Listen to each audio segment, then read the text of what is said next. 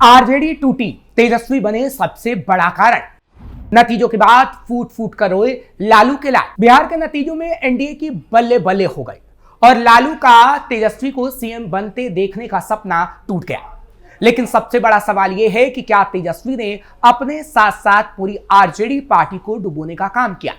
सवाल यह भी है कि क्या तेजस्वी ने यह हालात पैदा कर दिए कि आरजेडी पार्टी का अब कोई अस्तित्व ही नहीं। और सवाल यह भी है कि महागठबंधन की हार के कौन कौन से बड़े कारण रहे। नमस्कार, कैपिटल टीवी का खास शो देख रहे हैं आप। मैं हूं आपके साथ हर्ष भारद्वाज। बिहार विधानसभा चुनाव 2025 के नतीजे आ चुके हैं। महागठबंधन की बुरी हार हो चुकी है। जाहिर है कि बिहार की जनता ने महागठबंधन और तेजस्वी यादव को हराया नहीं, बल्कि एक तरह से नकार दिया है। आखिर जो पार्टी और जो नेता चुनाव के दिन तक बराबरी का टक्कर देने का दावा कर रहा था, वो इस तरह कैसे धाराशायी हो गया, जिनके कारणों को हम सबसे पहले आपको बताएंगे। उसके बाद आरजेडी की बात होगी कि क्या अब आरजेडी पार्टी का अस्तित्व रहेगा या फिर वो भी धाराशायी हो जाएगी। 52 यादव उम्मीदवारों को टिकट देना गलत साबित हुआ। इस हार की एक प्रमुख वजह आरजेडी द्वारा 52 यादव उम्मीदवारों को टिकट देना साबित हुआ।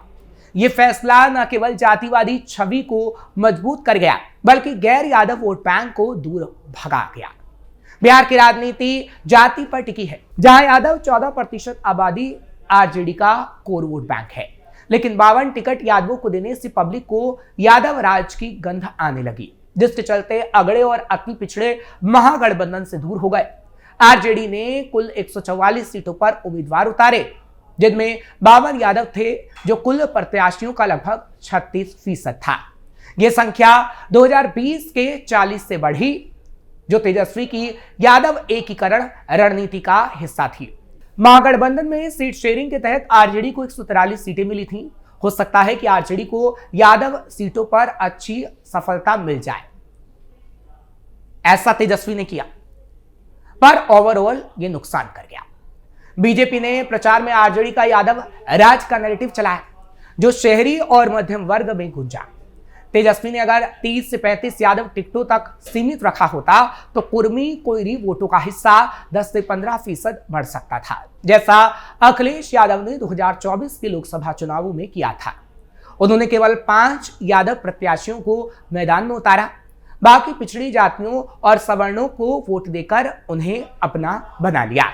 सहयोगी पार्टियों को भाव न देना तेजस्वी यादव की रणनीति में सबसे बड़ी चूक और अपने सहयोगियों कांग्रेस, वाम दलों और छोटी पार्टियों के साथ बराबर भाव न रखना साबित हुआ।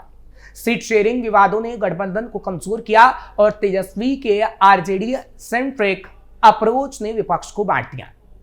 यह न केवल वोट ट्रांसफर फेल कर गया, बल्कि एनडीए को एकजुट दिखाने का मौका दिया।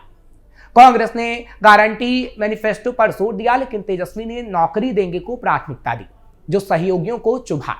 इतना ही नहीं, तेजस्वी ने महागठबंधन के घोषणा पत्र का नाम भी तेजस्वी प्रण रखकर सबको पीछे कर दिया। तेजस्वी ने प्रचार में सहयोगियों को बैक सीट पर रखा। रैलियों में राहुल गांधी की तस्वीरें कम, तेजस्वी की ज्यादा दिखी।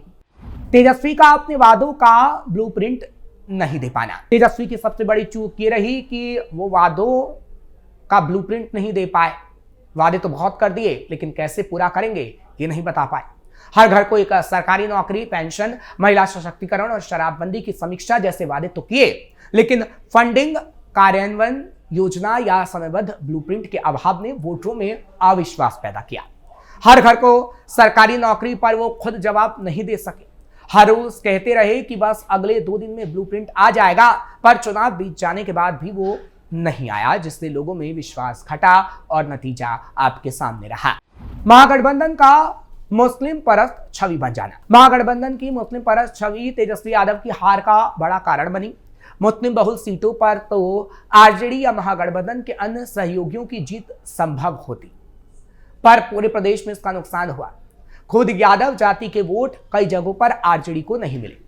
सत्ता मिलने पर बिहार में वक्फ बिल नहीं लागू करने का वादा जिस तरह तेजस्वी ने किया, वो बहुत से यादव बंधुओं को भी पसंद नहीं आया।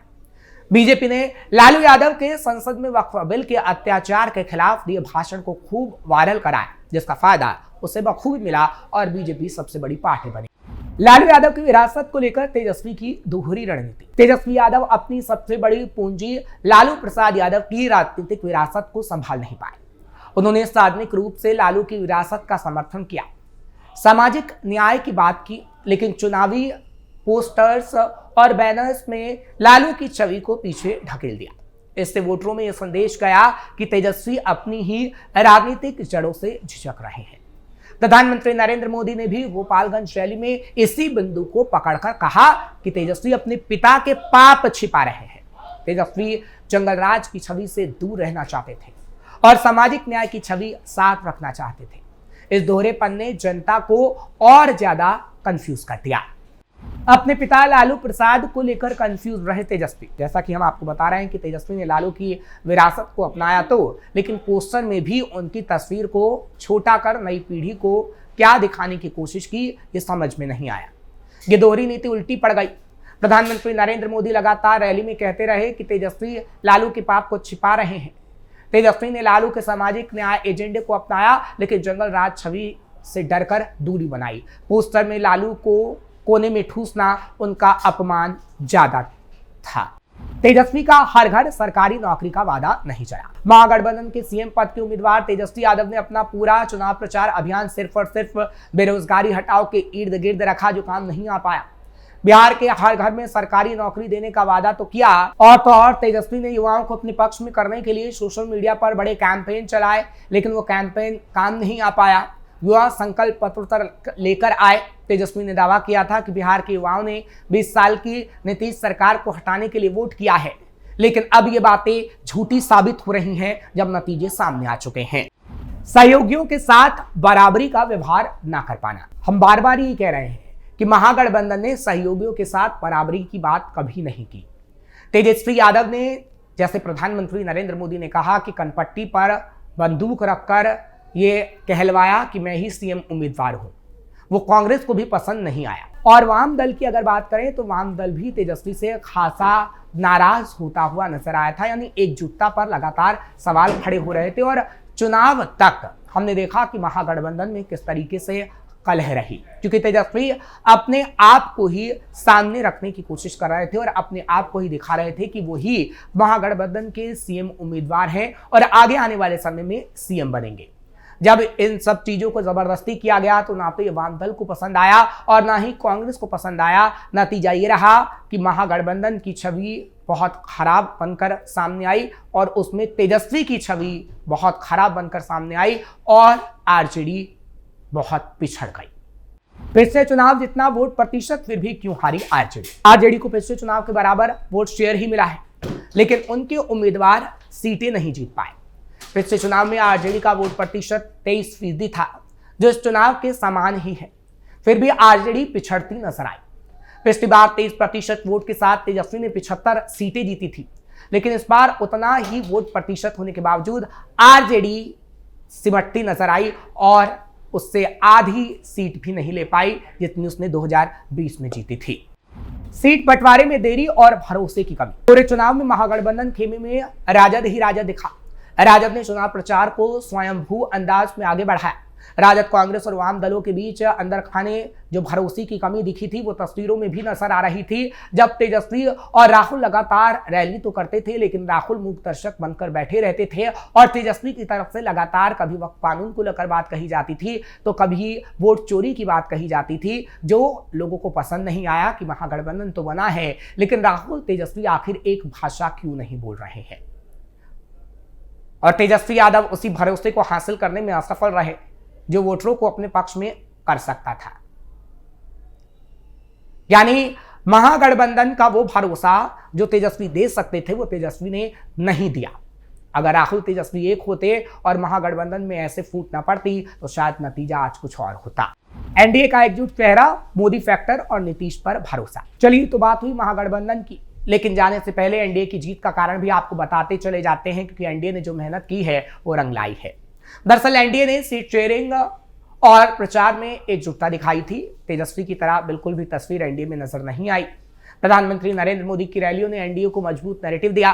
महागठबंधन के अंदरूनी खींचतान के मुकाबले एनडीए का चुनावी प्रबंधन बहुत हद तक प्रभावी रहा और पूरे बिहार में वोटरों ने मोदी नीतीश की जोड़ी पर भरोसा जताया। चुनावी समर के बीच में बीजेपी के बड़े नेताओं ने भी अपरोक्ष रूप से साफ कर दिया कि सीएम नीतीश ही होंगे।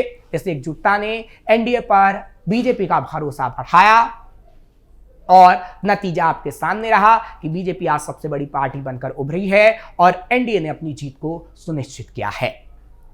आपको ये खबर कैसी लगी कमेंट सेक्शन में जरूर बताएं। खबर को लाइक शेयर करें, कैपिटल टीवी को सब्सक्राइब करना मत भूलिएगा।